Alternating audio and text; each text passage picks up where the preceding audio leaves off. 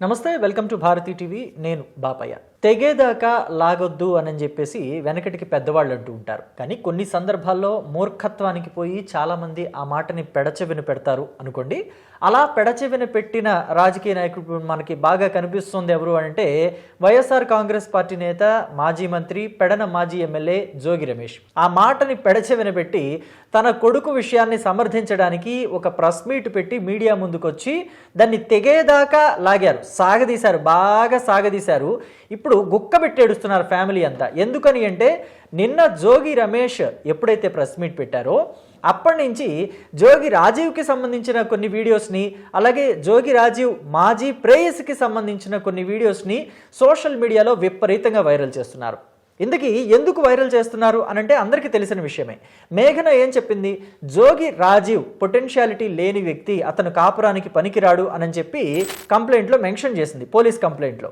ఎందుకని police complaint ఇవ్వాల్సి వచ్చింది అనంటే అమ్మాయి కేవలం భర్త కాపురానికి పనికిరాడు అని మాత్రమే పోలీస్ కంప్లైంట్ ఇచ్చింది అనంటే ఆలోచించవచ్చు. కానీ ఆమె మీద హత్యా ప్రయత్నం జరిగింది, ఆ అమ్మాయిని మానసికంగా శారీరకంగా హింసించారు, దానికి తోడు అదనపు కట్నం కోసం ఆ అమ్మాయిని తీవ్రంగా వేధించారు. ఆ తీవ్రంగా వేధించారనే మాటలకి అనుగుణంగా సాక్ష్యాలు కూడా ఉన్నాయి. అంటే ఎంత చక్కగా సున్నితంగా వేధించవచ్చు కట్నం కోసం, అదనపు కట్నం కోసం అని చెప్పేసి జోగి శకుంతలను చూసి ఆడవాళ్ళంతా నేర్చుకోవచ్చు అనమాట. జోగి రమేష్ భార్య, మాజీ మంత్రి భార్య శకుంతలను చూసి అదనపు కట్నం ఎంత సున్నితంగా వేధించి తీసుకోవచ్చు అనేది ఆవిడ ఫోన్ కాల్స్, అంటే జోగి మేఘనతోటి కావచ్చు, మేఘన వాళ్ళ నాన్నతోటి కావచ్చు, జోగి శకుంతల మాట్లాడిన ఆడియో కాల్స్ వింటే గనక అబ్బా ఇంత స్మూత్గా వేధించవచ్చా, అసలు నొప్పి తెలియకుండా కత్తిని చక్కగా గుండెలోకి దించొచ్చా అన్న విషయం మనకి చాలా క్లారిటీగా అర్థమవుతుంది అనమాట. ఆవిడ అంత తీయగా మాట్లాడుతుంది, ఆవిడ మాటలు అంత తీయగా ఉంటాయి, కోపం తెప్పించవు కానీ పని జరుగుతుంది, అలా ఉంటాయి అనమాట జోగి శకుంతల మాటలు. సో అవన్నీ కూడా ఇప్పుడు వైరల్ అవుతున్నాయి. ముఖ్యంగా జోగి రాజీవ్ పొటెన్షియాలిటీ గురించి వీడియోస్ వైరల్ అవుతున్నాయి. అందుకు కారణం కూడా జోగి రమేషే. నిన్న ఆయన ఏమన్నాడు? మా వాడికి గన్నుంది, ఆ గన్నులో బుల్లెట్లున్నాయి, ఆ బుల్లెట్కి దమ్ముంది, అలాగే ఆ బుల్లెట్కి రేంజ్ కూడా ఉంది. ఎవరైతే మిమ్మల్ని హైర్ చేసుకొని మాట్లాడిస్తున్నారో, ఈ యూట్యూబ్ ఛానల్స్ వాళ్ళని ఎవరైతే హైర్ చేసుకొని మాట్లాడిస్తున్నారో, శాటిలైట్ ఛానల్స్ వాళ్ళని ఎవరైతే హైర్ చేసుకొని మాట్లాడిస్తున్నారో వాళ్ళకి డౌట్ ఉంటే వచ్చి చూసుకోవచ్చు అని చెప్పేసి మాట్లాడాడు. అప్పటి నుంచి మళ్ళీ జోగి రాజీవ్ మాజీ ప్రేయసి వీడియోస్ కొన్ని వైరల్ అవుతున్నాయి. అయితే ఆ అమ్మాయి ఏం మాట్లాడింది, అసలు తన పొటెన్షియాలిటీ గురించి ఆ అమ్మాయి ఏం చెప్పింది, రాజీవ్ పొటెన్షియాలిటీ గురించి ఏం చెప్పింది అనేది ఒక్కసారి నేను మీకు వినిపిస్తాను, మీరు వినండి. అంటే ఇది నిజానికి అసలు ఇప్పుడు బయటకు వచ్చేది కాదు ఈ వ్యవహారం. జోగి రమేష్ నిన్న ప్రెస్ మీట్ పెట్టి మరీ చెప్పడం వల్ల, ఆయన రెచ్చగొట్టే వ్యాఖ్యల వల్లే ఇవి బయటకు వచ్చాయి. వినండి. హార్డ్లీ 4-5 టైమ్స్ అంటే నేను ఎట్లా నమ్ముతాను? ఎందుకు అని అంటే సెక్షువల్లీ వాడు కూడా అంత స్పీడ్ గా ఉన్నాడు. వాడు కూడా ఎమోషనల్ ఇదే కదా, వాడు కూడా ఎమోషనల్ ట్రాక్ తో అంటే outlet emotionally is connected, but అది లేదు అంటే చెప్పమ్మా, తను మెచ్యూర్ లేదు కదా, తన లైఫ్ కదా, అంత ఈజీగా సాటిస్ఫై చేయడం కష్టం అతను. నిజం చెప్తున్నా, అంత ఈజీగా సాటిస్ఫై. అందుకే నాకు అతనితో emotional bonding, not physical bonding. ఎవరి మీద ఏ ఒట్టు పెట్టి చెప్పు అంటే చెప్తాను నేను. నాకు అతనితో ఎమోషనల్ బాండింగ్ ఇప్పటి వరకు. There is no sexual bond. అంటే సెక్షువల్లీ హీ కుడెంట్ అంటే ఎందుకు? అదే లేదమ్మా, చెప్తాను. సో విన్నారు కదా, జోగి రాజీవ్ మాజీ ప్రేయసి చెప్తున్నమాట. ఎమోషనల్గా తనతో బాండింగ్ ఉంది నాకు, కానీ సెక్షువల్గా హీ కుడెంట్, అంటే సాటిస్ఫై చేయలేడు తను అని చెప్పేసి చెప్పింది, ఓపెన్గా చెప్పేసింది. నిజానికి ఈ వీడియో ఎప్పుడో ఒక నెల క్రితం బయటకు వచ్చింది. జోగి రమేష్ కనుక నిన్న ప్రెస్ మీట్ పెట్టి దీని మీద ఒక పెద్ద లెక్చర్ దంచకుండా ఉండుంటే, తన కొడుకు పెద్ద పనోడని, తన కొడుకు మీద కోడలు అబాండాలు వేసిందని, ఆ అబాండాలని పట్టుకుని మీడియా వాళ్ళంతా కక్ష సాధింపు చర్యగా తనని టార్గెటెడ్గా ఏఐ వీడియోస్ క్రియేట్ చేశారు. ముఖ్యంగా జోగి రాజీవ్ మాట్లాడిన మాట ఏంటంటే, పాత విషయాలు, అసలు అయిపోయిన విషయాల్ని తవ్వడమే కాకుండా కొన్ని మీడియా ఛానల్స్ వాళ్ళు, కొన్ని యూట్యూబ్ ఛానల్స్ వాళ్ళు AI videos, fake videos create చేశారని చెప్పేసి మాట్లాడాడు. ఎలా వీడియోలు క్రియేట్ చేస్తారు, లేని దాన్ని ఎలా క్రియేట్ చేయగలుగుతారు? సరే క్రియేట్ చేశారు అనుకుందాం, తన భార్యది తన కొడుకుది ఏ వీడియోస్ క్రియేట్ చేయొచ్చు మహా అయితే. మేఘన ఫేస్ క్లియర్గా ఎవరికి తెలుసు? అప్పటి వరకు మేఘన ఫేస్ పెళ్లిలో మాత్రమే చూశారు. వాళ్ళ నాన్న ఎవరు, వాళ్ళ అమ్మ ఎవరు, వాళ్ళ బంధువులు ఎవరు, ఎవరికి తెలుస్తుంది? ఎలా చేయగలుగుతారు? ఏ ఫేక్ వీడియోస్ ఎలా క్రియేట్ చేయగలుగుతారు? ఆ మాత్రం కామన్ సెన్స్ లేదా మంత్రిగా పనిచేసిన వ్యక్తికి? సో దాన్నంతా కూడా డైవర్ట్ చేయాలి, ఎక్కడో సమర్థించుకునే ప్రయత్నం చేయాలని చెప్పి బాగా తెగేదాకా లాగేశారు జోగి రమేష్. దెబ్బకి మళ్ళీ నిన్నటి నుంచి కూడా ఇప్పుడు జోగి రాజీవ్ మాజీ ప్రేయసి వీడియోస్ వైరల్ అవుతున్నాయి. అంతేకాదు జోగి రాజీవ్ దగ్గర గన్ ఉంది, బుల్లెట్ ఉంది, ఆ బుల్లెట్కి దమ్ ఉంది, దానికి రేంజ్ ఉంది అని చెప్పేసి మాట్లాడాడు కదా. దమ్ ఉంటే రండి చూసుకోండి అని చెప్పేసి కూడా ఎవరికైతే అనుమానం ఉందో వాళ్ళు వచ్చి చూసుకోవచ్చు అని కూడా ఒక పెద్ద సవాల్ విసిరాడు కదా. అప్పటి నుంచి మరొక వీడియోను కూడా వైరల్ చేస్తున్నారు.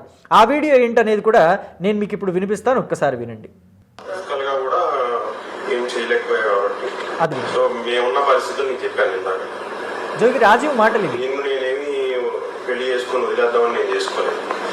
నాకున్న ఇంట్లో పరిస్థితుల వల్ల ఇంట్లో వీళ్ళని ఏదో సంతోష పెడదామని ఒత్తిడి. సరే నేను పెట్టలేకపోతున్నా, అది వేరే విషయం. ఇప్పుడు నేను వాళ్ళు ఏమనుకున్నా, వాళ్ళు ఇప్పుడు ఏడ్చినా ఏం చేసినా నేను చేయడానికి ఏం లేదు, చేతులు ఎత్తేసాడు పూర్తిగా. అప్పుడు ఉన్న పరిస్థితుల్లో అందరి మాటలు విని అందరి అంటే ఆ వాతావరణానికి నేను ఆ ప్రెషర్ ఫీల్ అయ్యి నేను ఈ పెళ్లికి ఒప్పుకున్నాను. ఒప్పుకొని నేను మంచిగా ఉన్నామని చేసుకున్న తర్వాత మంచిగా ఉంటుందేమో, మెంటల్గా ఫిజికల్గా అన్నీ బాగుంటాయేమో అనుకున్నాను. ఫిజికల్గా నా వల్ల అంటే మనం అందరికీ చెప్తున్నాయి కదా, నువ్వు ఇదే కదా కొట్టుకుంటే. ఇంకొకసారి ఫిజికల్గా కూడా మెంటల్గా ఫిజికల్గా అన్నీ బాగుంటాయేమో అనుకున్నాడు. ఫిజికల్గా నా వల్ల అంటే మనం అందరికీ చెప్తున్నాయి కదా, నువ్వు ఇదే కదా కొట్టుకుంటే. ఫిజికల్గా కూడా ఏం చేయలేకపోయా కాబట్టి ఫిజికల్గా కూడా ఏమి చేయలేకపోయా కాబట్టి ఇదే కదా నువ్వు కోరుకుంది, అందరి ముందు చెప్పాలని. సో అందరి ముందే చెప్తున్నా అని చెప్పి ఓపెన్గా చెప్పాడు. ఇది నెల క్రితం వచ్చిన వీడియో. జోగి రమేష్ గనుక నిన్న ప్రెస్ మీట్ పెట్టి అవాకులు చవాకులు పేలకుండా ఉండుంటే, సోషల్ మీడియా వాళ్ళు కావచ్చు, యూట్యూబ్ ఛానల్స్ వాళ్ళు కావచ్చు, తన కొడుకు మీద ఏ వీడియోస్ క్రియేట్ చేశారు, తన కొడుకు పెద్ద పనోడు అని చెప్పేసి. నిజంగా లోపాలు ఉండటం ఎక్కడా తప్పు కాదు, అది భగవంతుడిచ్చిన లోపం, దాన్ని ఎవ్వరు ఏం చేయలేరు. కానీ రాజకీయంగా మీరు గతంలో కొన్ని అనవసరమైన మాటలు మాట్లాడి, అంటే జోగి రమేష్ గతంలో ఏం మాట్లాడాడు ప్రత్యర్థి రాజకీయ నాయకుల్ని? అది పూజకు పనికిరాని పువ్వు, వాడొక పూజకు పనికిరాని పువ్వు అని మాట్లాడాడు. అది కర్మ రిటర్న్స్ తన కొడుక్కే వచ్చి తగిలేలా చేసింది. నిజానికి చాలామంది ఈ ప్రపంచంలో తను ఒక్కడే కాదు, జోగి రాజీవ్ ఒక్కడే కాదు, చాలామంది పొటెన్షియాలిటీ లేని వాళ్ళు ఉన్నారు, కాపురం చేయలేని వాళ్ళు ఉన్నారు. కానీ వాళ్ళంతా విడాకులు తీసేసుకున్నారా? పిల్లలు పుట్టించే సామర్థ్యం లేని వాళ్ళు చాలామంది ఉన్నారు. వాళ్ళ భార్యాభర్తలు విడాకులు తీసేసుకున్నారా? బయట నుంచి పిల్లల్ని దత్తత చేసుకొని పెంచుకొని వాళ్ళ ఆనందంగా జీవితాన్ని గడుపుతున్న వాళ్ళు బొచ్చుబోలుడు మంది ఉన్నారు ఈ ప్రపంచంలో. లైఫ్ అంటే మెరిటల్ లైఫ్ అంటే సెక్స్ ఒక్కటే కాదు కదా, అండర్స్టాండింగ్ కూడా ఉండాలి. ఆ అండర్స్టాండింగ్ లేకపోవటం వల్ల వాళ్ళిద్దరు విడిపోతున్నారని చెప్పి ఒక స్టేట్మెంట్ ఇచ్చేస్తుంటే జోగి రమేష్ బాగుండేది. కానీ అలా కాకుండా ఆయన ఏం మాట్లాడాడు? తన మీద రాజకీయ కక్ష ఉండటంతో తెలుగుదేశం పార్టీ అధినేత చంద్రబాబు నాయుడు, తెలుగుదేశం పార్టీ యువనేత working president Nara Lokesh, ITDP మొత్తం కలిసి కుట్ర పన్నారు అని చెప్పేసి మాట్లాడుతున్నాడు. అంటే మీరు ఆంధ్రప్రదేశ్లో కాకుండా తెలంగాణ వెళ్ళి పెళ్లి చేసుకోండి, లేకపోతే తెలంగాణలో ఉన్న మేఘన వాళ్ళ నాన్నకి ఫోన్ చేసి చంద్రబాబు నాయుడు మీరు జోగి రమేష్ వాళ్ళ కొడుకుని పెద్ద కొడుకుని పెళ్లి చేసుకుంటే అబ్బాయికి పొటెన్షియాలిటీ తక్కువ, తర్వాత మిమ్మల్ని అడ్డం పెట్టుకుని మేము ఇలాగా కుట్రలు చేస్తామని చెప్పేసి ఏమన్నా చెప్పారా? ఏమన్నా తెలుస్తుందా? ఏమన్నా అర్థం ఉందా అసలు? చంద్రబాబు నాయుడికి మీ ఇంట్లో కాపురానికి ఏమిటి సంబంధం? చంద్రబాబు నాయుడికి తెలుసా మీరు జోగి రాజీవ్కి మేఘననిచ్చి పెళ్లి చేస్తున్నారని, మీరు సూర్యాపేట వెళ్ళి సంబంధం కుదుర్చుకుంటారని, మీ అబ్బాయికి 10 మంది అంకుల్స్ను కూర్చోబెట్టి బ్రెయిన్ వాష్ చేయించారని చంద్రబాబు నాయుడికి ఏమన్నా తెలుసా? తెలియదు కదా. ఇవన్నీ జోగి రాజీవ్ చెప్పినాయి, నేను చెప్తున్నాయి కాదు. యూట్యూబ్ ఛానల్స్ నడిపే వాళ్ళకి ఏమైనా తెలుసా మీ ఇంట్లో ఏం జరుగుతుందని? జోగి రాజీవ్ భార్య మేఘన బయటకు వచ్చి చెప్పే వరకు ఎవరికి ఏం తెలియదు. ఆ వీడియోస్ ఆ అమ్మాయి బయట పెట్టే వరకు ఎవరికి ఏం తెలియదు మీ ఇంట్లో ఏం జరిగిందనేది. 4 గోడల మధ్య గుట్టుగా వ్యవహారాన్ని సాగించుకోవాల్సిన దాన్ని నడి రోడ్డు మీదకి తెచ్చుకునేదాకా జోగి ఫ్యామిలీ చేసుకుంది.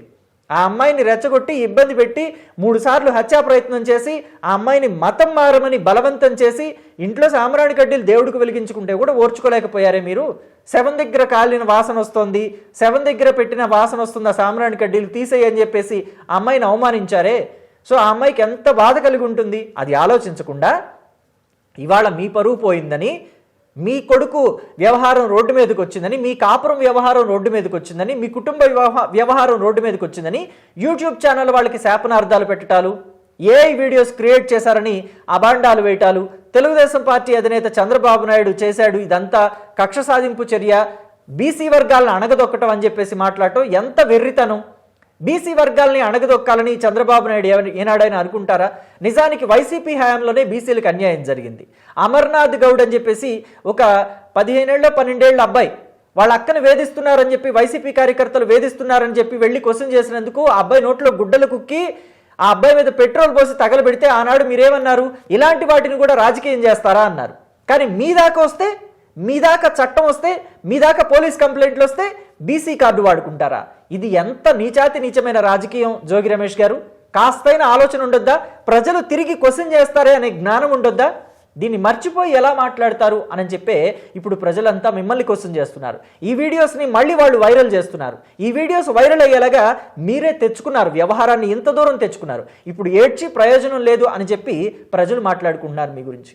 మరి ప్రజలు అనుకునే దాని గురించి మీరేమంటారో మీ అభిప్రాయాన్ని కమెంట్ బాక్స్లో తెలియచేయండి నాకు. Thank you.